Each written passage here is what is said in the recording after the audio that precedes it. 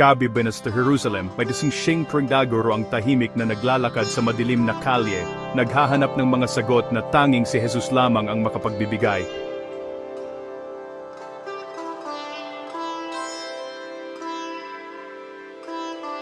Rabbi, alam naming ikaw ay isang guro na sinugo ng Diyos. Walang sino man ang makagagawa ng mga tanda na ito kung ang Diyos ay hindi kasama niya. Katotohanang sinasabi ko sa iyo, walang sino man ang makakakita ng kaharian ng Diyos kung hindi siya ipanganak na muli.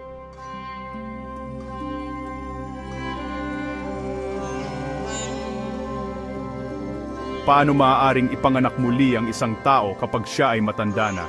Siguradong hindi siya maaaring bumalik sa sinapupunan ng kanyang ina ng pangalawang beses.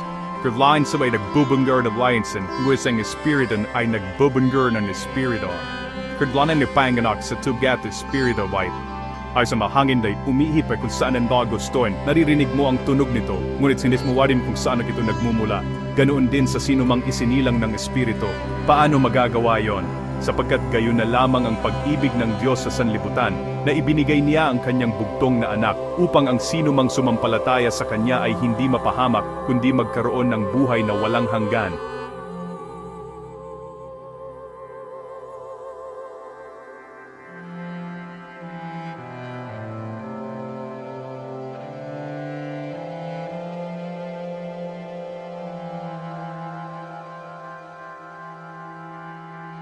Hindi ipinadala ng Diyos ang kaniyang anak upang hatulan ang mundo, kundi upang maligtas ang mundo sa pamamagitan niya.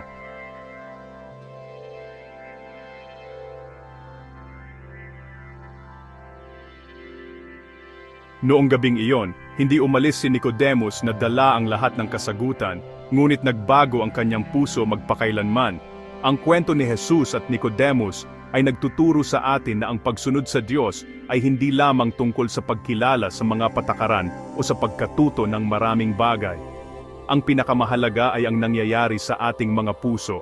Inaanyayahan ni Jesus ang lahat, bata at matanda, mayaman at mahirap, na maniwala sa Kanya at mabago sa pamamagitan ng Espiritu ng Diyos. Kapag nagtitiwala tayo kay Jesus, tinutulungan tayo ng Diyos na mag-isip, magmahal, at mamuhay sa isang bagong paraan na nagpapakita ng kabaitan, pananampalataya, at pag-asa araw-araw. Manalangin tayo. Mahal na Diyos, salamat po sa pagmamahal mo sa amin ng husto na pinadala mo si Jesus. Tulungan mo kami na maniwala, magtiwala sa iyo, at muling ipanganak sa aming mga puso. Baguhin mo kami sa pamamagitan ng iyong Espiritu. Amen. Maniwala. Maging bago. Mabuhay sa pag-ibig ng Diyos. Kung ikaw ay pinagpala, huwag kalimutang mag-subscribe, mag-like, at magkomento para sa higit pang mga kwento mula sa Biblia Kids PH. Salamat!